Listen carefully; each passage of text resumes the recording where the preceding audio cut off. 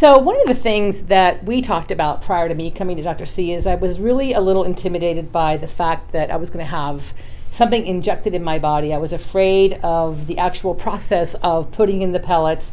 I YouTubed it. I was like super nervous. I was nervous about being in my body for 4 months, how I can't really regulate that. What is it going to be like? And I was just not super comfortable with that. And I was definitely skeptical.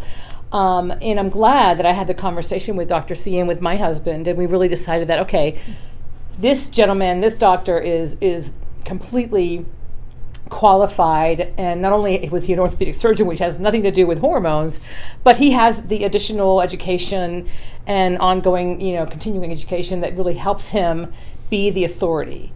And I think there's a lot of people that perhaps do the pellets here in Orlando in the Central Florida region, but to come to a person that really explains it to you and that gives you that additional... And understands, all the implications and all the possible, directions that it could take, and still is able to say, look, this is the best path because I have the documentation for it. I've done the studies on this. I know what the results are going to be. This is not his first rodeo. He's very much aware of what's going on with this. So experience means a lot. And, tell him the story. What happens? It works. Yeah, I mean, and I'll tell you, the first day that I really even realized it had been 3 or 4 weeks, and of course, when you get this done, you're truly expecting, okay, I'm going to feel the button, I'm going to turn on the light, and boom, it's going to be all crazy and amazing.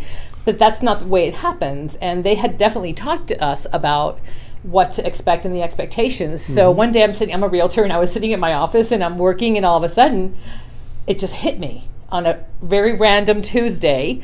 And I texted my husband. I'm sure he was in some high-powered meeting, and I'm sure I shocked him with what I said.